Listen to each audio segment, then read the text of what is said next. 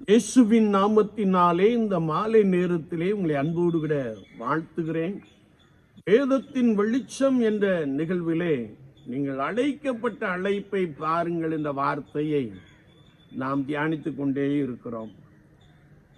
ரெண்டகம் பண்ணாதிருக்க ஆண்டவர் நம்மை அழைத்திருக்கிறார். 1 சாமுவேல் புஸ்தகம் 15ஆம் அதிகாரம் 23ஆம் வசனத்தை நாம் வாசிக்கின்ற பொழுது, ரெண்டகம் பண்ணுதல் புள்ளி சூனியத்திற்கு ஏதுவாகவும் முரட்டாட்டம் பண்ணுதல் அவபக்திக்கும் விக்கிரக ஆராதனைக்கும் சரியாயிருக்கிறது என்று எழுதப்பட்டிருக்கிறது. சவுல் ராஜா கர்த்தருடைய சொல்லை கேளாமல் கர்த்தருக்கு விரோதமாக ரெண்டகம் பண்ணினான். எனவே ஆண்டவர் அவனுடைய ராஜ்ய பாரத்தை விட்டு அவனை தள்ளினார் என்பதை நாம் இந்த பகுதியிலே தெளிவாய் வாசிக்க முடியும். இன்னும் ஓசியா தீர்க்கதரிசன புஸ்தகம் 7ஆம் அதிகாரம் 13ஆம் வார்த்தையை நாம் வாசிக்கின்ற பொழுது, அவர்கள் என்னை விட்டு அலைந்து திரிகிறபடியினால் அவர்களுக்கு ஐயோ, அவர்களுக்கு கேடு வரும். எனக்கு விரோதமாக ரெண்டகம் பண்ணினார்கள், நான் அவர்களை மீட்டிருந்தும் அவர்கள் எனக்கு விரோதமாய் பொய் பேசுகிறார்கள் என்ற ஒரு வார்த்தையை நாம் வாசிக்க முடியும்.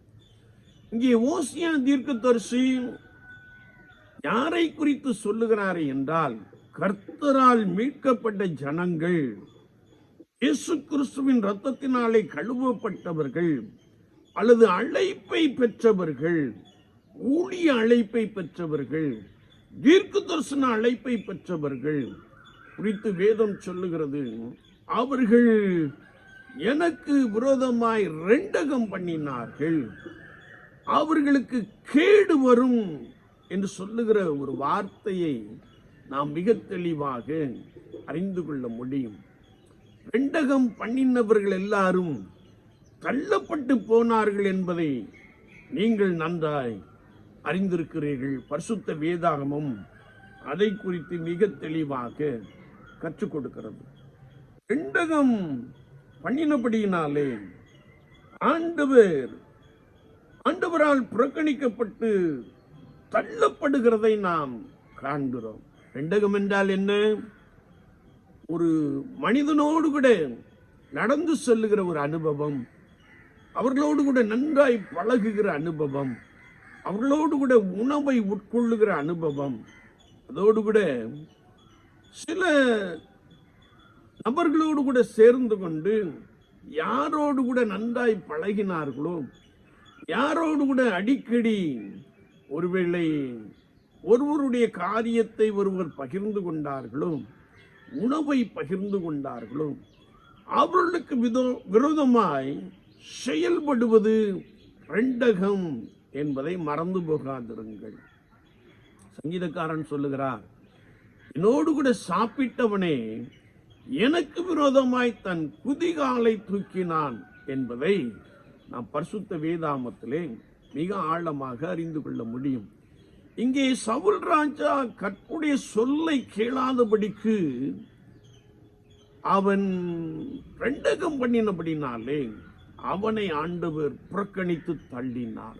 என்னை கேட்டுக்கொண்டிருக்கிற என் அன்பு சகோதரனே, சகோதரியே, ஆண்டவராகிய இயேசு கிறிஸ்து உன்னை அழைத்த அழைப்பை நீ பார்.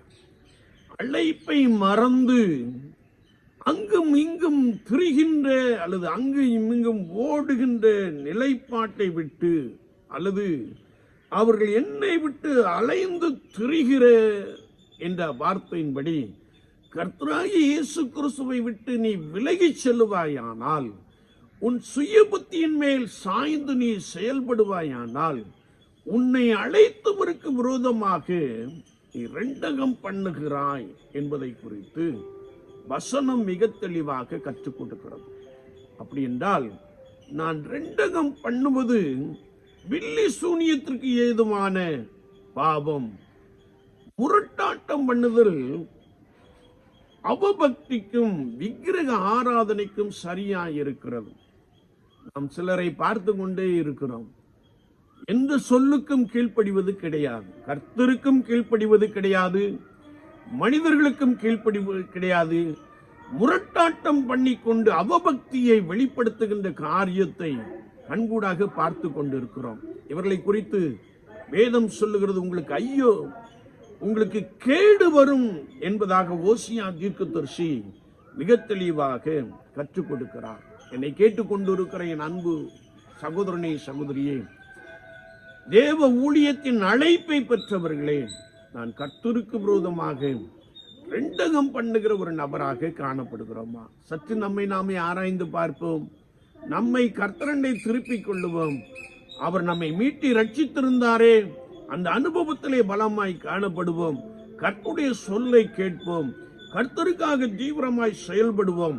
ரட்சிக்கப்படுகிற ஜனங்களை கர்த்தர் அனுதினமும் சபையில் சேர்த்து கொண்டே வருவார். அப்படிப்பட்ட ஒரு பெரிய கிருபை, அப்படிப்பட்ட ஒரு பெரிய அனுபவத்தை ஆண்டவர் நமக்குள்ளே நிறைவாய் கொடுப்பாராக. ஆமேன், ஆமேன்.